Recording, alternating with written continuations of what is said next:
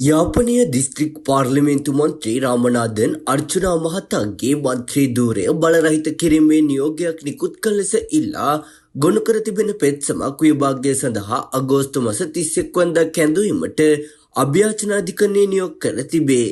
අභිනව නිවහල් පෙරමුණේ සභාපති ඕෂල හේරත් මහතා විසින් ගොනු කර තිබූ පෙත්සම අභ්‍යාචනාධිකරණ විනිසුරු මහෙන් ගෝපල්ලෝ මහතා ඉදිරියේ කැඳවනු ලැබුවා.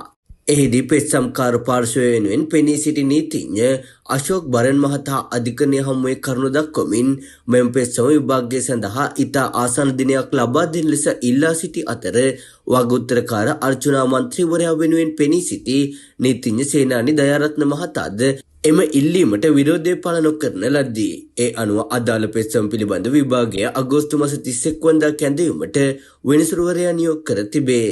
පාර්ලිමේන්තු මන්ත්‍රී රාමනාදන් අර්චුනා මහතා පාර්ලිමේන්තුවට තේරීපත් වන අවස්ථාව වන විටත් ඔහු රජයේ වෛද්‍යවරයෙකු වශයෙන් සේවය කරමින් සිටි අතර ආණ්ඩු ක්‍රම ව්‍යවස්ථාවේ ප්‍රතිපාදන වලට අනුව රජයේ සේවකයෙකු පාර්ලිමේන්තුවට තේරීපත් වීම නීතියට පටහැනිවෙන්ම පාර්ලිමේන්තු මන්ත්‍රී ධූරය දැරීමට නුසුදුසුකමක් බව අදාළ පෙත්සමේ සඳහන් කර තිබේ.